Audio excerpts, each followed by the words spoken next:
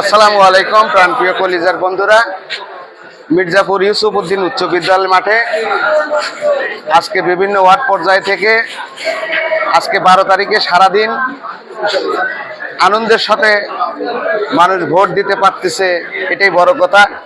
বিগত দিনে আমাদের দেশের মানুষগুলো ঠিক মতো ভোট দিতে পারেনি, তাদের মনের ভিতরে একটা ক্ষোভ ছিল।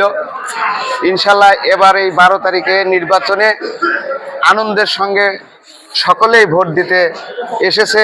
আমরা দেখতে পাচ্ছি বিশাল বড় একটা লম্বা লাইন দিয়ে সবাই দাঁড়িয়ে গেছে, তারা আনন্দের সঙ্গে ভোট দিবে। কে কোথায় দিবে জানি না, এটা বলাও ঠিক হবে না। তবে আপনি যে এখানে ভোট দিতে আসছেন প্রিয় ভাই আমার, আপনার কেমন লাগতেছে? খুব ভালো। লাইন বড়, হ্যাঁ লাইনটা বড়, লাইনটা বড়। আসলে অনেক দিন ধরে মানুষ ভোট দেয় না, বহু বছর হলে একটা মনের ক্ষোভ আছে।